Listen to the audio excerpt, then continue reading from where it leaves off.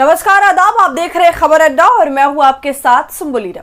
दोस्तों, महाराष्ट्र विधानसभा चुनाव और झारखंड चुनाव का संग्राम शुरू हो चुका है। सियासी माहौल गर्माता जा रहा है, चुनाव की बयार बहने लगी है। ऐसे में अलग अलग संगठनों की ओर से चुनावी सर्वे भी सामने आने शुरू हो गए। इन दोनों ही राज्यों को लेकर कई एजेंसियां अपना सर्वे लेकर प्रकट हो रही हैं कि आखिर में कौन जीत रहा है, कौन हार रहा है। एनडीए गठबंधन मजबूत निकलकर सामने आ रहा है या फिर महाविकास आघाड़ी आगे चल रहा है। ये सब मैं आपको बताऊंगी इस खबर में। उससे पहले एक और बड़ी खबर है जो कि चुनाव आयोग को लेकर है और जो काफी चौंकाने वाली है। जी हाँ, जो एक तरफ चुनाव आयोग के ऊपर ये जिम्मेदारी है कि वो एक निष्पक्ष चुनाव करवाए, किसी भी गड़बड़ी को होने से रोके, किसी भी धांधली को होने से रोके, मगर देखिए चुनाव आयोग के अधिकारी ही धांधली दिखा रहे हैं और व्यापारियों से खुले तौर से रिश्वत ले रहे हैं। जी हाँ दोस्तों, महाराष्ट्र के उल्लासनगर में रिश्वत के मामले में चुनाव आयोग के 3 अधिकारियों पर केस दर्ज किया गया है। जब चुनाव आयोग के अधिकारियों का ही ये हाल है तो फिर जनता किससे उम्मीद जताएगी, निष्पक्ष नतीजों की मांग किससे करेगी? और ऐसा तब हो रहा है जब महाराष्ट्र में चुनाव होने वाले हैं, सियासी सरगर्मियां तेज हैं। इस बीच महाराष्ट्र के अंदर एक ऐसी खबर का सामने आना वाकई चौंकाने वाली बात है। देखिए, इस पर खबर भी मौजूद है हिंदुस्तान की। इसमें लिखा हुआ है, महाराष्ट्र के उल्लासनगर में रिश्वत के मामले में चुनाव आयोग के 3 अधिकारियों पर केस दर्ज किया गया। आरोप है कि उन्होंने एक व्यापारी से 75,000 रुपए की रिश्वत ली थी। बाद में पता चला कि व्यापारी के पास कैश के सारे दस्तावेज भी मौजूद थे। ऐसे में रिश्वत के पैसे उसे वापस कर दिए गए। चुनाव आयोग के सूत्रों के मुताबिक एक फूल व्यापारी बाबा नामले शुक्रवार की रात अहमदनगर जा रहे थे किसानों का पेमेंट करने के लिए। उनके पास 7.5 लाख रुपए थे। देखिए आगे क्या लिखा हुआ है। जानकारी के मुताबिक चुनावी दस्ते के 2 अधिकारी संदीप सिरसवाल और संकेत चांदपुर ने रास्ते में गाड़ी रुकवाई। उनकी टीम में 3 अन्य लोग भी थे। यूएमसी कर्मचारी अन्ना साहेब बेरुड़ो, पुलिस सिपाही विश्वनाथ ठाकुर और पुलिस अधिकारी राजरत्न बुकाते उनके साथ थे। तो कुल मिलाकर 5 लोग थे जिन्होंने धांधली दिखाई, और वो भी तब जब व्यापारी के पास पूरे कैश के दस्तावेज भी मौजूद थे। उसके पास जो भी कैश मौजूद था 7.5 लाख रुपए, जिसे वो किसान की पेमेंट करने के लिए जा रहे थे, वो पैसे लीगल पैसे थे, अवैध नहीं थे। लेकिन उसके बावजूद भी व्यापारी के पास कैश देखकर इन अधिकारियों की नीयत डगमगाई और ये उसे धमकाने लगे कि तुम हमें पैसे दो वरना तुम पर हम केस कर देंगे। देखिए खबर में लिखा हुआ भी है कि तलाशी के दौरान पता चला कि वाहन में बैग में 7.5 लाख रुपए हैं। सिरसवाल ने कैश को सीज करने की धमकी दी तो आमले ने बताया कि उनके पास लीगल पेपर मौजूद हैं। आमले ने आरोप लगाया कि सिरसवाल ने उनसे 75,000 रुपए कैश की मांग की। उन्होंने कहा कि अगर इतना कैश ना दिया गया तो केस दर्ज किया जाएगा। सुना आपने दोस्तों, चुनाव आयोग अधिकारी के रूप में ये चोर बैठे हैं, जबरन लूट लपाटा कर रहे हैं, केस करने की धमकी दे रहे हैं, अपने काम का नाजायज फायदा उठा रहे हैं। देखिए व्यापारी ने आगे कहा है कि सिरसवाल ने 75,000 रुपए लिए और फिर उन्हें जाने दिया गया। शुक्रवार रात आमले ने चुनाव आयोग के अधिकारियों के खिलाफ शिकायत की। इसके बाद जब आमले उसी रास्ते से लौट रहे थे तो फिर सिरसवाल मिले और सारा पैसा लौटा दिया उन्हें। उन्होंने कहा कि ये एक गलती थी। एक वरिष्ठ अधिकारी ने कहा कि भले ही रिश्वत वापस कर दी गई हो लेकिन ये अपराध था। जब सिरसवाल को कार में कैश मिला था तो अधिकारियों को इसका वीडियो बनाना चाहिए था।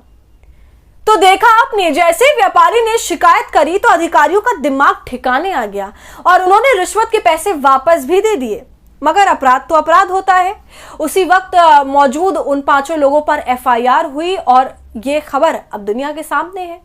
तो ये हाल है चुनाव आयोग का और ये पहला मौका नहीं है। इससे पहले भी इस तरह की खबरें चुनाव आयोग के अधिकारियों को लेकर सामने आ चुकी हैं।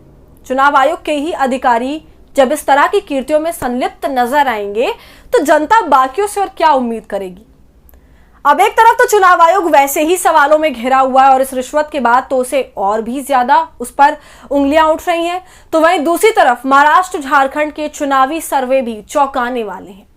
इस वक्त तो जो एजेंसियां सर्वे कर रही हैं उनका क्या कहना है, वो रुझान किस तरफ दिखा रहे हैं? ऐसे तो लगातार महाराष्ट्र को लेकर सर्वे आ ही रहे हैं और अब झारखंड के चुनाव को लेकर भी सर्वे सामने आ रहे हैं। आप ये देखिए, लोकपोल का सर्वे।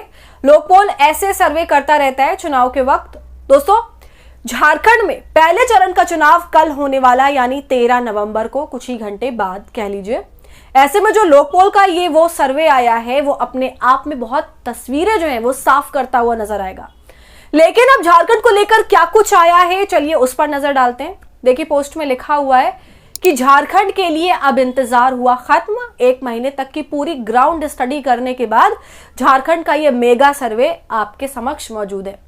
उसके बाद जिसके अंदर लगभग 500 सैंपल्स असेंबली और कॉन्स्टिट्यूएंसी से लिए गए, जिसमें से लमसम 40,500 सैंपल्स इनके पास इकट्ठे हुए, जिसमें एनडीए को 36 से 49 पर दिखाया जा रहा है, इंडिया को 41 से 44 पर बढ़त दिखाई जा रही है और अदर्स को 3 से 4 सीटें नजर आ रही हैं। तो झारखंड के अंदर इस सर्वे के हिसाब से इंडिया गठबंधन को तो भारी बहुमत मिल रही है, वो भाजपा से आगे चल रहा है। इंडिया गठबंधन जो है यहां पर उसे मजबूती के साथ दिखाया जा रहा है। तो ऐसा लग रहा है झारखंड में जो भाजपा ने असम के हेमंत बिस्वा शर्मा को उतारा हुआ है प्रचार करने के लिए, जो वो तमाम तरह की घुसपैठियों को लेकर बातें कर रहे हैं, लोगों को डरा रहे हैं, उन्हें वर्गला रहे हैं कि इंडिया गठबंधन आपके देश में घुसपैठियों को जमा देगी, वे आपकी रोटी खा लेंगे, आपकी माटी खा लेंगे, आपकी बेटियों को हड़प लेंगे, कुछ नहीं छोड़ेंगे। तो ऐसे तमाम नारे, भाषण और तरह तरह के भाजपा के वादों के बावजूद अगर सर्वे में इस तरह के रुझान नजर आ रहे हैं तो ये वाकई चौंकाने वाला है। और जिससे ये समझ आ रहा है कि जनता भाजपा को नकार रही है और उसके भाषण से नहीं डर रही। भाजपा के लिए तो ये दोनों ही राज्य बहुत ज्यादा महत्वपूर्ण है, खासकर महाराष्ट्र, क्योंकि लोकसभा चुनाव में किस तरह और कैसा महाराष्ट्र का खराब प्रदर्शन रहा था वो सभी ने देखा। तो चलिए अब महाराष्ट्र के सर्वे पर भी नजर डाल लेते हैं। ये भी लगभग पूरे महीने तक ये पूरा सर्वे इन लोगों ने किया, जिसमें 500 सैंपल्स पर असेंबली और कॉन्स्टिट्यूएंसी थे और जिसमें लगभग 1.5 लाख के करीब इन्होंने सैंपल्स महाराष्ट्र से लिए, इकट्ठा किए। झारखंड के मुकाबले महाराष्ट्र बड़ा है, आप सभी लोग जानते हैं। तो उसके अंदर एनडीए की स्थिति आप देखिए, जिसमें 115 से 128 सीटें मिल रही हैं एनडीए को, एमवीए को 141 से 154 और अदर्स को 5 से 18 सीटें मिलती हुई नजर आ रही हैं। तो महाराष्ट्र में इस सर्वे के हिसाब से महायुति का तो बुरा हाल नजर आ रहा है, वो इंडिया गठबंधन से काफी ज्यादा पीछे चल रही है। एक तरफ आरएसएस ये कह रहा है कि एनडीए का प्रदर्शन महाराष्ट्र में अब अच्छा है, लोकसभा जैसा हाल इस बार होगा नहीं, एनडीए मजबूत हो रहा है, महाराष्ट्र चुनाव में अच्छी सीटों पर बढ़त बनाएगा। लेकिन सर्वे में तो ऐसा होता दिख नहीं रहा। और दूसरी तरफ भाजपा के लिए बागी भी चैलेंज बने हुए हैं, क्योंकि एक के बाद एक सब महाराष्ट्र चुनाव में भाजपा का दामन छोड़ते जा रहे हैं और इस्तीफों की लाइन लग गई है। और वो भी ऐसे नेता छोड़ रहे हैं जो भाजपा के साथ लंबे समय से हैं। कोई तो शुरुआती दिनों से है भाजपा के, कोई 25 साल से, कोई 10 साल से है। तो इन बागियों से तो भाजपा पहले से ही परेशान है और सिर्फ भाजपा के ही पार्टी वाले उन्हें छोड़कर नहीं जा रहे। इसके अलावा महायुति में अजित पवार भी मोदी को और योगी को लाल आंखें दिखा चुके हैं। तो एनडीए गठबंधन के अंदर पूरी घमासान मची हुई है, अंदरूनी कलह चरम पर है। इसके अलावा इंडिया गठबंधन भी महाराष्ट्र में शांत नहीं बैठा है, वो भी जोर शोर से प्रचार में लगा हुआ है। उसने हाल ही में अपने प्रचार के लिए इमरान प्रतापगढ़ी को उतारा हुआ था और इमरान प्रतापगढ़ी को सुनने के लिए लोगों की भीड़ ऐसी उमड़ी थी कि पैर रखने की जगह नहीं थी वहां पर। अपने भाषण में इमरान प्रतापगढ़ी ने भाजपा के सभी नारों की पोल खोल दी थी। बहरहाल इन सर्वेस पर हम पूरी तरीके से उम्मीद नहीं कर सकते हैं, क्योंकि पिछले कुछ वक्त से जिस तरीके से ये सर्वे एजेंसियां हैं, चाहे जो एग्जिट पोल्स बताने वाले लोग हैं, वो किस तरीके से बहुत सारी चीजें गलत साबित हुई हैं उनकी, बहुत सारी चीजें चौंकाने वाली भी सामने आई, दिखाई कुछ देता और होता कुछ और है। तो दोस्तों आपका इस पूरे मुद्दे पर क्या कहना है हमें कमेंट कर जरूर बताइए। वीडियो पसंद आई हो तो इसे लाइक और शेयर करें और खबर अड्डा को यूट्यूब पर सब्सक्राइब कर लें।